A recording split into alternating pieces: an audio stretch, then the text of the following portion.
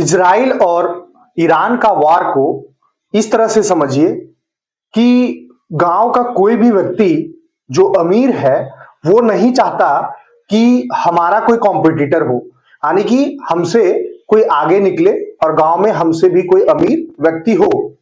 वैसे ही अमेरिका और Israel Israel को तो खतरा है क्योंकि वो छोटा सा, उसका भौगोलिक दृष्टि से इजराइल जो है वो बहुत छोटा कंट्री है और पूरा अरब कंट्री से घिरा हुआ है, तो उसको खतरा है, वो अपना सिक्योरिटी के लिए लड़ सकता है, कोई दिक्कत नहीं है। लेकिन अमेरिका अगर ईरान को रोकना चाहता है कि ईरान परमाणु शक्ति ना बन जाए, तो उसके पीछे का वजह को समझना होगा। और एक ही वजह है और वो है कि परमाणु शक्ति बनता है तो फिर अमेरिका का पावर जो है वो घटेगा।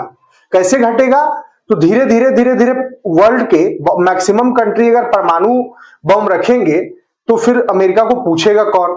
अब आप समझ लीजिए, उसको कनेक्ट कीजिए भारत के परमाणु शक्ति बनने से। जब अटल बिहारी जी का सरकार था तो भारत जो है वो एक परमाणु शक्ति देश बन गया। उसके पीछे कितना बड़ा खेल चला और कितना स्ट्रगल किया इंडिया, उसको समझना होगा। भारत जब भी परमाणु शक्ति के लिए परीक्षण करता था तो अमेरिका सेंसर लगाने का बात करता था और अमेरिकी सैटेलाइट जो है वो निगरानी में रहते हैं कि कहां कौन परमाणु परीक्षण कर रहा है या फिर कौन परमाणु शक्ति बनने वाला है। भारत भी कुछ इसी तरह से मतलब कि परेशान था और वही अमेरिका से ही परेशान था। अमेरिका किसी को नहीं चाहता, भारत को भी नहीं चाहता था कि भारत के पास परमाणु बम आए। अगर भारत के पास नहीं आता और पाकिस्तान के पास रहता तो आज पाकिस्तान जो पूरा इकोनॉमिकली खत्म हो चुका है, जो लोन पे ही चल रहा है, जो कर्ज मांग करके घर चला रहा है, वो तब इतना धमकी देता है भारत को। और जब उसके भारत के पास परमाणु नहीं होता और उसके पास परमाणु रहता तो इमेजिन कीजिए कि वो कितना नाक में दम करता, कितना टेररिज्म को भारत में फैलाता। और भारत में रहने वाले कुछ चंद लोग जो रहते तो भारत में है, खाते तो भारत का है, लेकिन गाते कहीं और का है। उनको भारत पसंद नहीं आता है, उनको अपना घर पसंद नहीं आता है, उनको दूसरा कोई पसंद आता है। अब कौन आता है वो आप बहुत अच्छा से समझ रहे होंगे। और कुछ लोग हैं, आप देखेंगे कि कुछ कमेंट भी आएगा इस पे कि कौन है ना। तो आपको समझना होगा कि पाकिस्तान जो है वो कितना नाक में दम करता भारत अगर नहीं होता तो। वैसे ही इजराइल तो अपना सिक्योरिटी के लिए ईरान से लड़ रहा है, क्योंकि इजराइल कोई भी कंट्री नहीं चाहता कि हम अनसिक्योर हो। लड़ना चाहिए, इजराइल को कहीं से भी आप गलत नहीं ठहरा सकते, क्योंकि वो केवल तो केवल अपना सिक्योरिटी देख रहा है। और यह भी समझना होगा कि इजराइल और ईरान कभी दोस्त हुआ करते थे। और यह भी समझिए कि जब फिलिस्तीन था और वहां इजराइल बना तो सबसे पहले कोई मुस्लिम कंट्री जो देश का मान्यता देता है इजराइल को, वो है ईरान। और ईरान फिर ऐसा क्या हो गया कि ईरान इजराइल का कट्टर दुश्मन हो गया, ये भी समझना है। तो दुश्मन होने के पीछे यह है कि ईरान में जो पहले कल्चर था, जो पहले बोलचाल था, जो पहले की मानसिकता थी ईरानियों का, वो पूरा का पूरा चेंज हो चुका है। वहां इस्लामिक कट्टरपंथी का प्रचार प्रसार होना स्टार्ट हो गया है। इस्लाम को वहां जीवित कर दिया गया है और जिस देश में इस्लाम को जीवित किया गया है वहां उपद्रव हो ही रहा है। चाहे आप पाकिस्तान का बात कीजिए, चाहे आप ईरान का बात कीजिए, चाहे यमन का बात कीजिए, वहां हुती विद्रोही है, हुती यमन में मेजोरिटी में है। तो ये यहाँ उथल पुथल हो रहा है। यही खामेनेई जो है अगर हटते हैं और पहले जैसे शासन चल रहा था तो फिर ईरान के लोगों को कोई दिक्कत नहीं है। सब कोई चाहता है कि आराम से खाए पिए और अपना रहे। कौन इस दुनिया में अमर होने के लिए आया है और किस बात की लड़ाई लड़ना? सबको तो एक ना एक दिन जाना ही है, लेकिन फिर भी अगर लड़ाई है तो वो कट्टरपंथ की लड़ाई है। इस बात को भी समझना होगा। केवल ईरान और इजराइल की लड़ाई नहीं है, यहाँ एक सोच की लड़ाई है। ये दो सोच अलग अलग धारा से बह रहे हैं। इजराइल कहीं से भी खराब कंट्री नहीं है, टेक्नोलॉजी अच्छा है, छोटा सा देश पूरा वर्ल्ड को मतलब कि एक उंगली पे नचा सकता है। उसके पास क्या नहीं है?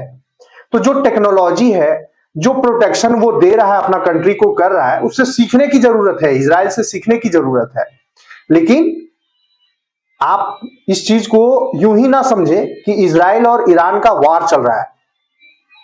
वार तो इजराइल लड़ रहा है, लेकिन उसके पीछे का हाथ को समझना होगा।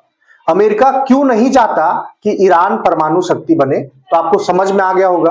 अगर ऐसे जब परमाणु शक्ति नहीं है, तब वो किसी का नहीं सुन रहा है, और जब बन जाएगा, सिक्योरिटी अपना सक्षम रहेगा, तब तो समझ लीजिए कि हालत खराब कर देने वाला है, और अमेरिका का तो एक भी नहीं सुनने वाला है। तो ये बात को समझना होगा। और दूसरी बात ये भी समझना होगा कि क्या अमेरिका जो पावरफुल कंट्री है, वो चाहता है कि वर्ल्ड जो है वो अच्छे से चले, सुचारू रूप से चले, और सभी कंट्री अपना अपना ग्रोथ करे, और जो अपने कंट्री के अंदर में जो गरीबी है वो दूर करे, सब कंट्री आगे बढ़े? ऐसा नहीं चाहता है। वो चाहता है कि ऑल इन वन, केवल तो केवल हम ही रहे। आप अमेरिका का ये भी समझ सकते हैं कि वो चीन के साथ में कैसा व्यवहार करता है। हम चीन का सपोर्ट नहीं कर रहे हैं, चीन सपोर्ट करने लायक भी नहीं है, लेकिन सीखने लायक जरूर है। आप हम लोगों को सीखना चाहिए कि कैसे वो आगे बढ़ रहा है। बहुत दिन से वो आजाद नहीं है, लगभग हम ही लोग के कंट्री के साथ में वो चलता है, आजाद होता है, लेकिन आगे कैसे बढ़ता है? तो टेक्नोलॉजी से। वो इंडिया और पाकिस्तान का जो झड़प हुआ, अभी वार नहीं कह सकते हैं, जो टेररिस्ट अटैक हुआ इंडिया पे और इंडिया फिर रिटेलिएट करता है, उसमें अमेरिका का क्या रोल रहता है, कैसे टेररिज्म को सपोर्ट करता है, इसको बहुत खुली आंखों से आप देख सकते हैं। अगर पाकिस्तान को लोन नहीं दिलवाता, अगर पाकिस्तान को खुद अमेरिका भी लोन नहीं देता, तो ऐसा नहीं होता।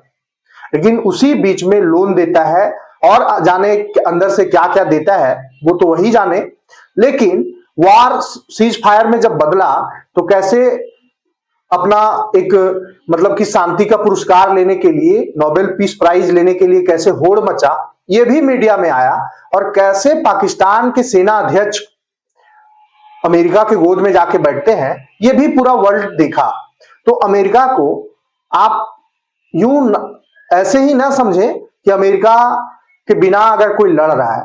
सब लड़ाई में, चाहे वो यूक्रेन और रसिया का वार हो जो इतना दिन तक चल रहा है, अमेरिका का हाथ है। और अमेरिका ने यूक्रेन को सपोर्ट किया, लड़ाई में धकेला, और उसके बदले में क्या लिया उसको कोई ऐसा नहीं है कि किसी से छुपा हुआ है। आपको अमेरिका अगर 10 रुपया देता है कि जाइए लड़िए, और आप लड़ करके और फिर आते हैं, तो वो 10 के बदले में 20 आपसे ले लेगा। आपको तो वो 10 रुपया इकोनॉमी डेवलप करने के लिए नहीं दिया, लड़ने के लिए दिया, मरने के लिए दिया, कटने के लिए दिया, और बाद में जो बचा वो उसका डबल वो वसूल लेगा। ऐसा कंट्री है। समझना है कि इजराइल और ईरान दो विचार का लड़ाई है।